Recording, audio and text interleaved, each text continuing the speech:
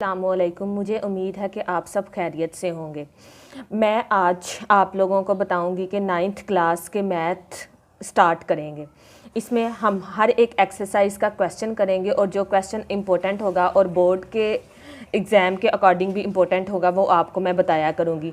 ये वाली बुक का मैं मैथ करवाऊँगी जो मैं आप लोगों को दिखा रही हूँ। अब हम पहला यूनिट स्टार्ट करते हैं। बिस्मिल्लाहिर्रहमानिर्रहीम। पहले यूनिट में स्टार्ट करने से पहले सबसे पहले आपको कुछ बताना ज़रूरी है। वो क्या है कि आपको पता होना चाहिए कि ऑर्डर ऑफ मैट्रिक्स क्या होता है। जब हम लोग किसी मैट्रिक्स को इंट्रोड्यूस करवाते हैं तो हमें उसका ऑर्डर पता होना चाहिए। ऑर्डर कैसे हमें फाइंड करते हैं? नंबर्स ऑफ रोज़ को काउंट करते हैं और नंबर्स ऑफ कॉलम्स को काउंट करते हैं। अब किसी मैट्रिक्स की नंबर ऑफ़ रोज़ क्या होती है, नंबर ऑफ़ कॉलम क्या होते हैं? अगर आपके पास कोई मैट्रिक्स गिवन है तो उसकी जो हॉरिजेंटल लाइंस होंगी वो क्या कहलाएंगी? रो कहलाएंगी। जैसे कि यहाँ पे लिखा हुआ है रो नंबर 1, रो नंबर 2 और रो नंबर 3। ये क्या है? हॉरिजेंटल लाइन है तो ये रो कहलाएंगी। और कॉलम क्या होते हैं? वर्टिकल जो लाइंस होती हैं हम उनको कॉलम कहते हैं। किसी भी मैट्रिक्स के अंदर वर्टिकल लाइंस कॉलम होती हैं। और ये क्या है? कॉलम नंबर 1 है, कॉलम नंबर 2 है और कॉलम नंबर 3 है। अब हम देखते हैं ऑर्डर ऑफ मैट्रिक्स क्या होता है। ऑर्डर ऑफ मैट्रिक्स में हम लोग नंबर ऑफ़ रोज़ को देखते हैं, नंबर्स ऑफ कॉलम्स को देखते हैं। और इसको लिखने का तरीका क्या होता है? पहले नंबर्स ऑफ रोज़ लिखते हैं और उसके बाद नंबर्स ऑफ कॉलम लिखते हैं। अब एग्जांपल की तरफ एक देखते हैं और आपको सही समझ आ जाएगी। मेरे पास एक मैट्रिक्स है, मैं उसको कह देती हूँ कि ए है। उसके कुछ एलिमेंट हैं 1 1 2 0 3 2। इसका ऑर्डर ऑफ मैट्रिक्स क्या होगा? इसको हम लोग लिखते किस तरह? Order of matrix, numbers of row इसके अंदर कितनी है? 2 हैं। ये रो नंबर 1 है और ये रो नंबर 2 है। तो रोज़ को पहले लिखा जाता है हमेशा और कॉलम्स को बाय डालकर बाद में लिखा जाता है। और इसके अंदर कॉलम कितने हैं? 1 2 और 3। तो इसके कॉलम कितने हो जाएंगे? 3। इसका ऑर्डर ऑफ मैट्रिक्स क्या होगा? 2/3। सबसे ऊपर हम लोग रो लिखते हैं पहले और फिर बाय डालकर फिर हम लोग कॉलम लिखते हैं। ये आपने चीज़ें कुछ याद रखनी है कि कॉलम कब लिखते हैं और रोज़ कब लिखते हैं। रोज़ पहले लिखते हैं और कॉलम बाद में लिखते हैं। इसी तरह एक और एग्जांपल मैं देखते हैं। एक मेरे पास पी मैट्रिक्स है जिसका 3 2 5। इसका ऑर्डर ऑफ मैट्रिक्स क्या होगा? ऑर्डर इज इक्वल टू है, इसके अंदर नंबर ऑफ रोज़ कितनी है? 1 है। तो हम लोग उसको पहले लिखेंगे बाय डालकर। फिर नंबर ऑफ कॉलम कितने हैं? 1 2 और 3। तो इसके नंबर ऑफ कॉलम क्या हो जाएंगे? 3। ये इस मैट्रिक्स का ऑर्डर है 1/3 और इस मैट्रिक्स का ऑर्डर है 2/3। अब हम लोग एक्सरसाइज की तरफ चलते हैं।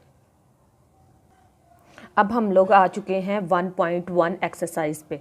इसका क्वेश्चन नंबर 1 हम लोगों को क्या कहता है कि आपने फाइंड करना है order of the following matrix के जो आपको मैट्रिक्स गिवन है आपने इनका ऑर्डर बताना है।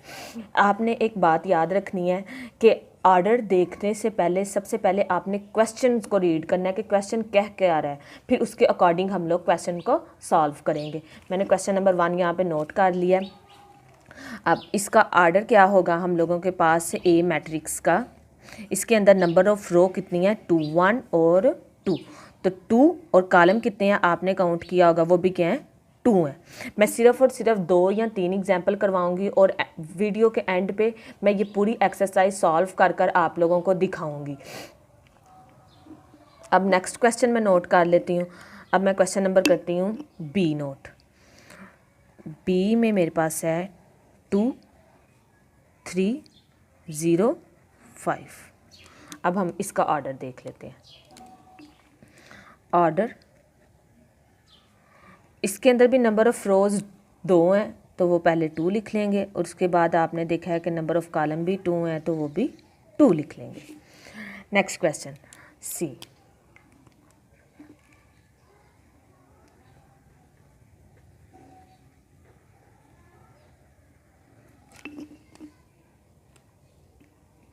अब हम लोग देखते हैं इसमें नंबर ऑफ़ रो हमारे पास 1 है और नंबर ऑफ़ कॉलम कितने हैं हमारे पास 2 हैं, तो वो हम लोग 2 लिख लेंगे।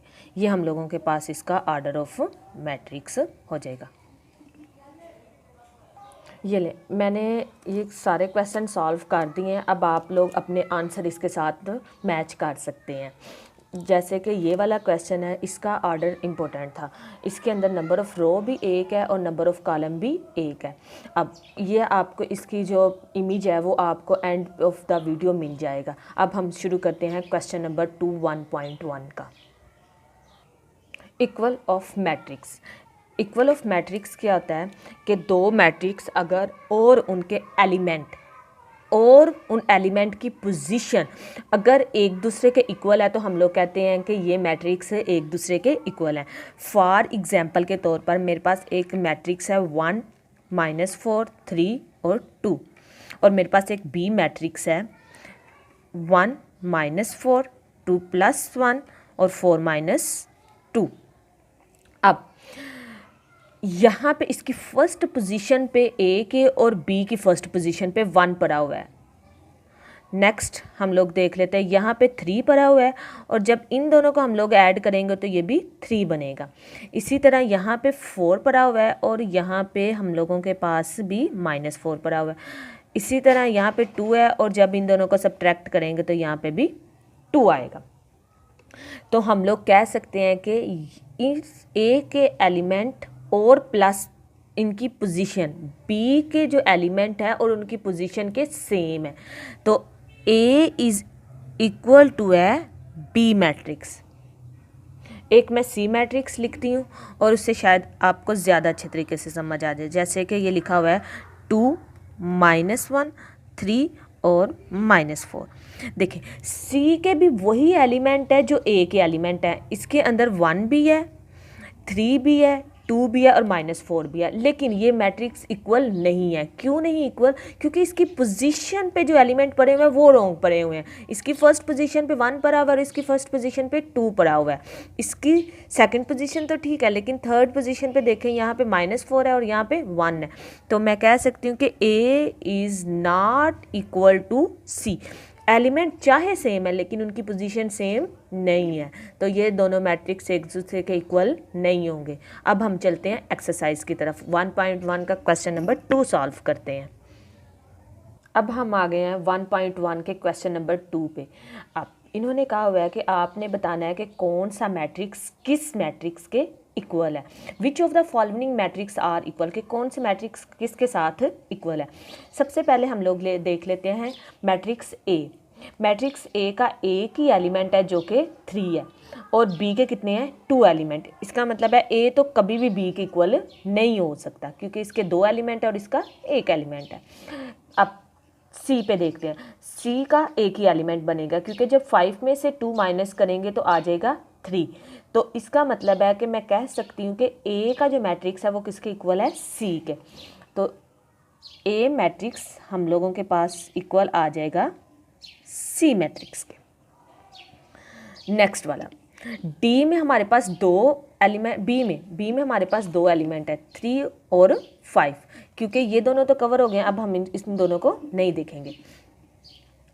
बी के 3 और 5, डी में 5 और 3 एलिमेंट सेम है लेकिन इनकी पोजीशन डिफरेंट है, तो इसका मतलब है ये दोनों मैट्रिक्स एक दूसरे के इक्वल नहीं होंगे। आगे देख लेते हैं, ई के 4 एलिमेंट्स है, ये तो बिल्कुल भी नहीं होंगे। एफ के भी 2 हैं लेकिन ये 2 रोज़ और 1 कॉलम है और यहाँ पे 1 रोज़ है, तो ये भी एक दूसरे के इक्वल नहीं होंगे और ना इनके एलिमेंट सेम है। जी पे देखें 3 में से 1 निकाला तो 2 आता है और ये इन दोनों को प्लस किया तो 6। इसका मतलब है ये भी इस बी के इक्वल नहीं है। यहाँ पे बी के इक्वल कौन सा मैट्रिक्स होगा आई वाला, क्योंकि ये इसकी फर्स्ट पोजीशन पे 3 पड़ा हुआ है और इसकी भी 3 पड़ा हुआ है। यहाँ पे 5 है और जब हम दोनों इन नंबर्स को ऐड करेंगे तो यहाँ पे भी आ जाएगा 5। तो मैं कह सकती हूँ कि जो हम लोगों के पास बी है वो किसके इक्वल है आई के। नेक्स्ट वाला हम लोगों के पास आ जाएगा, क्योंकि डी तो किसी भी मैट्रिक्स के इक्वल नहीं है, मैंने सारे देख लिए हैं, तो डी तो किसी के इक्वल भी नहीं आएगा। ई ई के 4 एलिमेंट्स हैं और ये एच के साथ भी मैचिंग हो रहे हैं और उसके बाद जी के बाद जे के साथ भी। जे के यहाँ पे देखें, इन दोनों को ऐड किया तो 4 आता है और इन दोनों को किया तो 6 आता है, इनको माइनस किया तो 0 आता है और इन दोनों को प्लस किया तो 2 आता है। तो इसका मतलब है कि ई का जो मैट्रिक्स है वो किसके इक्वल होगा? ई मैट्रिक्स होगा ई, एच और जे के।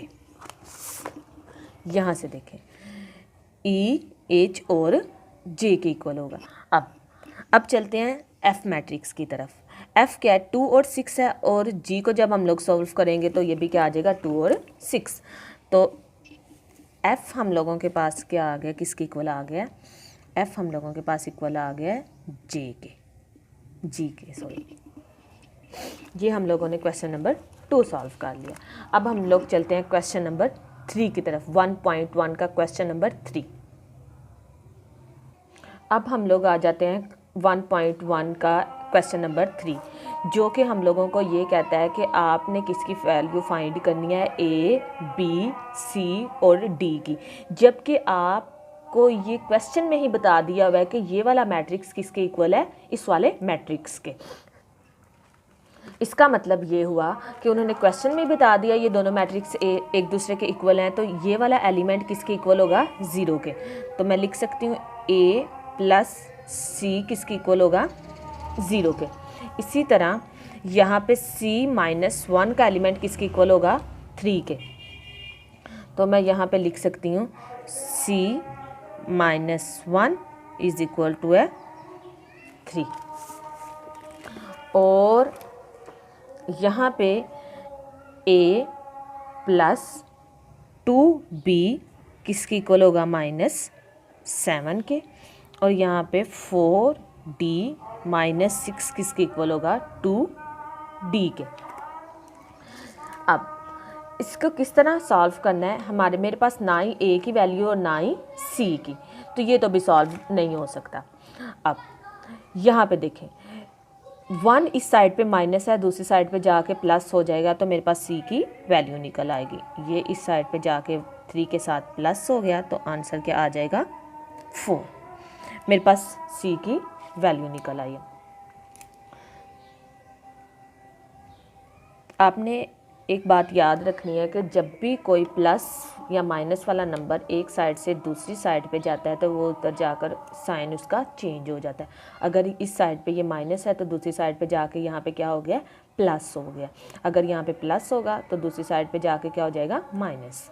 अब मेरे पास c की वैल्यू निकल आई है, जो कि मैंने निकाली है यहाँ से 4। अब मैं क्या करूँगी? इसके अंदर पुट कर दूँगी। a मेरा एज इट इज़ ही रहेगा और c क्या आया मेरा? 4 इस साइड पे प्लस है, 0 के साथ जाके क्या हो जाएगा? ये माइनस।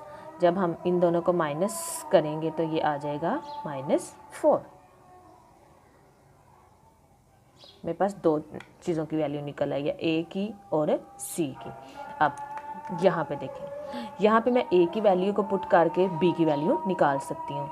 a की वैल्यू क्या मेरे पास निकली हुई है? -4, तो मैं a की जगह क्या पुट कर दूँगी? -4 और बाकी सारा वैसे का वैसे। 2b मैं इस साइड पे रहने देती हूँ और ये इधर आके क्या हो जाएगा? प्लस। जब इन दोनों को प्लस माइनस किया तो ये आंसर क्या आ गया? -3। साइन हमेशा बड़ी रकम वाला आता है और माइनस प्लस क्या होते हैं? माइनस होते हैं। और 2 एज इट इज़ का एज इट इज़। 2b के साथ क्या हो रहा है? मल्टीप्लाई। इस साइड पे जाके क्या हो जाएगा? डिवाइड। और ये मेरे पास b की वैल्यू निकल आई है। अब हम लोग चलते हैं नेक्स्ट क्वेश्चन की तरफ। 2d इस साइड पे प्लस है, इधर आके क्या हो जाएगा? माइनस। और -6 एज इट इज़। और यहाँ पे क्या बच गया? 0। 4d में से 2d निकालें तो बाकी कितना बचता है? 2d और प्लस का, क्योंकि बड़ी रकम के साथ कौन सा साइन है? प्लस का। तो यहाँ पे क्या आ गया? -6 एज इट इज़ का एज इट इज़। -6 इस साइड पे 0 के साथ जाके हो जाएगा ये +6। तो आंसर क्या आ जाएगा? 6। 2d के साथ मल्टीप्लाई हो रहा है, इस साइड पे जाकर वो क्या हो जाएगा? डिवाइड। 2 1s are 2 और 2 3s आर 6। डी मेरे पास क्या निकल आया 3।